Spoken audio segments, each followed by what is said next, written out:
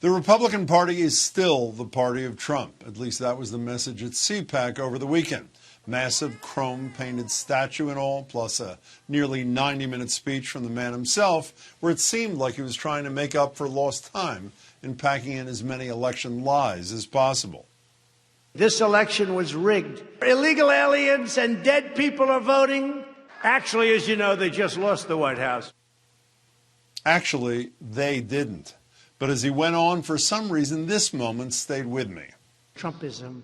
It means strong borders. It means no riots in the streets. It means law enforcement.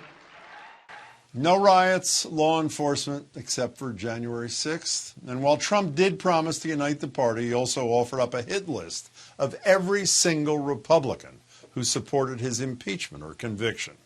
The Democrats don't have grandstanders like Mitt Romney, Little Ben Sass, Richard Burr, Bill Cassidy, Susan Collins, Lisa Murkowski, Pat Toomey, Adam Kinzinger, Dan Newhouse, Anthony Gonzalez, Liz Cheney. Get rid of them all. I'm joined by David Gergen, who served as an advisor to presidents from both parties, Nixon, Ford, Reagan, Clinton, and is now with the Harvard Kennedy School. David, it's great to see you, as always. Good to see you, Jim. Thank you. So in an act of, journalistic responsibility but personal masochism, I watched 4 or 5 hours of CPAC yesterday. To me, it was same as it ever was. What was your takeaway, David? Well, I think some things have changed. Obviously, Donald Trump still has the Republican Party in his grip, and his cult remains, very supportive of him. But something interesting I felt, I think only Fox actually carried him live. CNN did not. MSNBC did not. And in the print papers today, if you look at it, he's on the front page of the Wall Street Journal, but he's back on page 14 on the New York Times, and he's on the inside of the Boston Globe. In the Globe, the piece about Trump is linked to a piece about Kinzinger, who is the representative who's been taking him on so bravely. So I think that his grip on the national imagination is slipping. I think it's going to be harder for him because, especially if he turns out in terms of his message, it was a lot of what we've heard before. It's very repetitive. He can't be just a one-trick pony and expect the press to come cover him and express the country to go with him. I think he's got to have more to say, and I think right now he doesn't. He's just sort of winging it with the oldies but goodies. In his case, the oldies but baddies. Well, David, even if you're right about his grip on the nation, the key for him has always been his grip on the loyalists. They were watching Fox News. They weren't turning to MSNBC or the New York Times to read about what he had to say. And, while a lot of his people who are hopeful, who are not crazy about Trump, let me cite a poll that shows that while 68% of the attendees said they wanted him to run, only 55% said that they would select him if he ran in 2024. But the guy who came in second, well over everybody else, Ron DeSantis, is sort of like a Trump knockoff, contemptuous of the press, contemptuous of COVID restrictions, bullyish. So it seems to me, at least in his core constituency, he's pretty solid, no?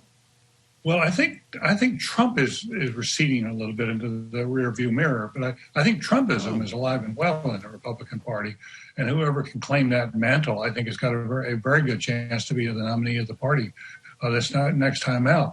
But I have to say, Jim, on the 68% who said they would like him to run again, that was treated almost universally as less than he had hoped.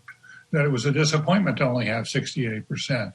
And so, I think these things are open to multiple interpretations sometimes. Yeah. But I have to tell you, I do think that after from the national stage for 2 months, to have to come out and give a 90-minute address that went nowhere, that only talked about the past and didn't talk about what ought to happen I don't think is a very breathtaking reappearance. It seems to me it's a very mixed bag, and that he may be more vulnerable than he looks, especially when the lawyers get through with him. If he gets knocked around by these investigations and there are leaks and one thing and another, it's not as obvious as I think it was before that he represents the long-term future of the Republican Party. If he is the long-term future, I think he's going to take the party down the rat hole.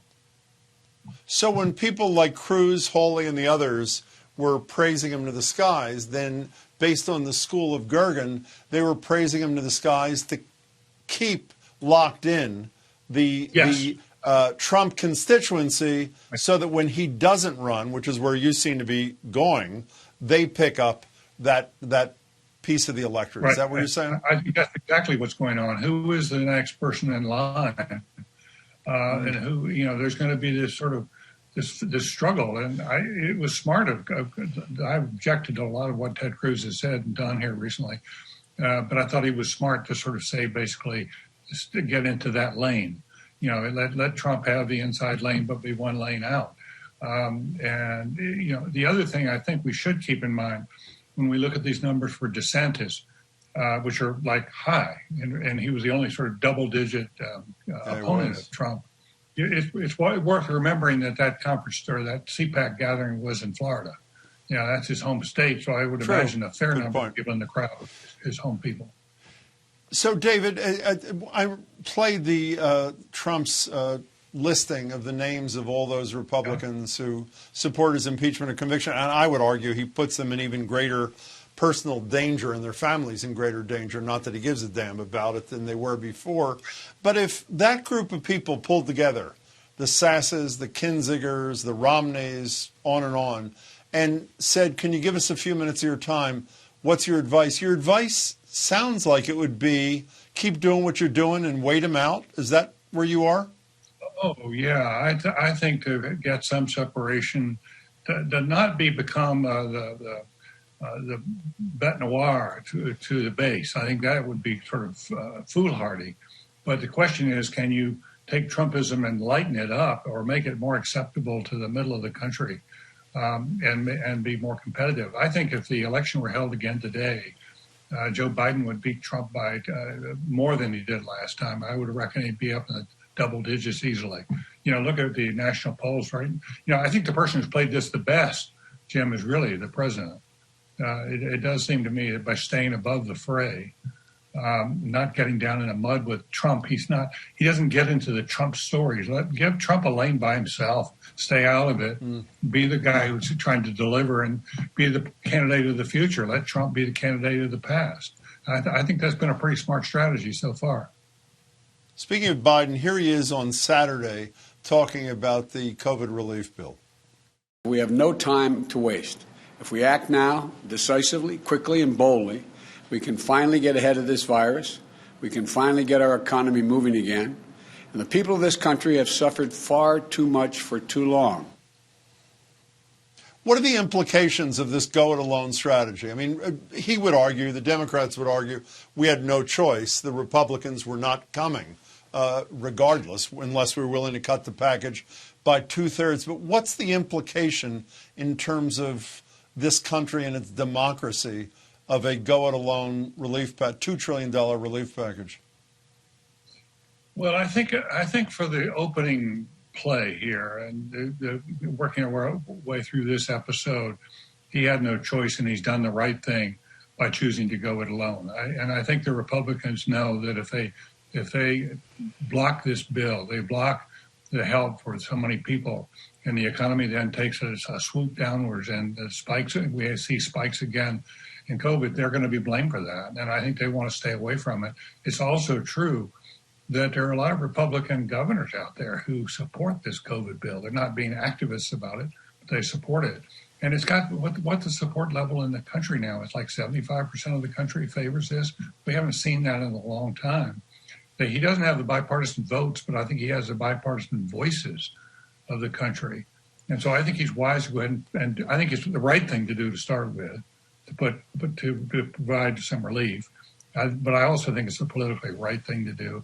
Having said that, I don't think you want to get into a habit. If you really want to be a bipartisan president, there are other ways you can begin to establish some relationships. For example, Lee Hamilton, when he used to be in Congress, he had an agreement with the president that he could bring in the leadership on the national security front at least once a month and maybe twice a month, just to talk. And that was important. Adam Kinzinger, who is, one of the 10.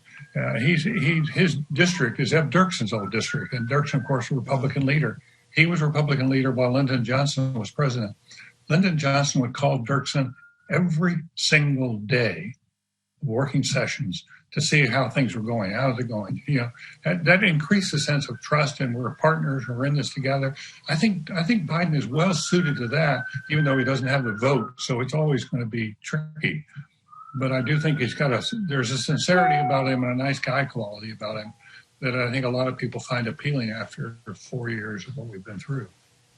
So, David Gergen, we only have a minute left. It sounds like you took an optimism pill before this show, which made my night, actually. So I am worried about the immediate future of small d democracy. You are not, apparently. Are you? Oh, I am. Yes. Yeah.